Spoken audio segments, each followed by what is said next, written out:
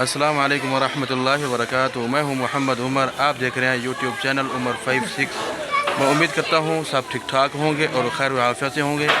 New आने वाले से एक छोटी सी गुजारिश है, चैनल को सब्सक्राइब भी कर लें और लाइक भी कर लें, वीडियो को ज़्यादा से ज़्यादा शेयर कर दिया करें। तो व्यूअर ये देखें नान और छोले, दूसरी तरफ ये कैमरा लेके। ये क्या लगाया हुआ है? हम बेच रहे हैं जी नान छोले। नान छोले कितना दिहाड़ बन जाती है आपको?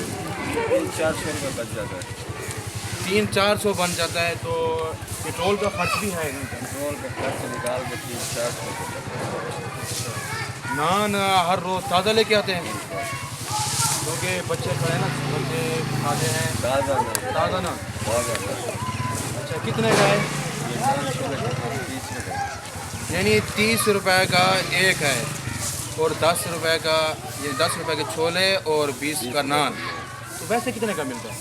वैसे मिलता है 15 रुपये। वैसे 15 रुपए का मिलता है, लेकिन बस आपको पता है ना, तो पेट्रोल का खर्च भी है, एक एक जगह पे रुकना और चलना फिरना।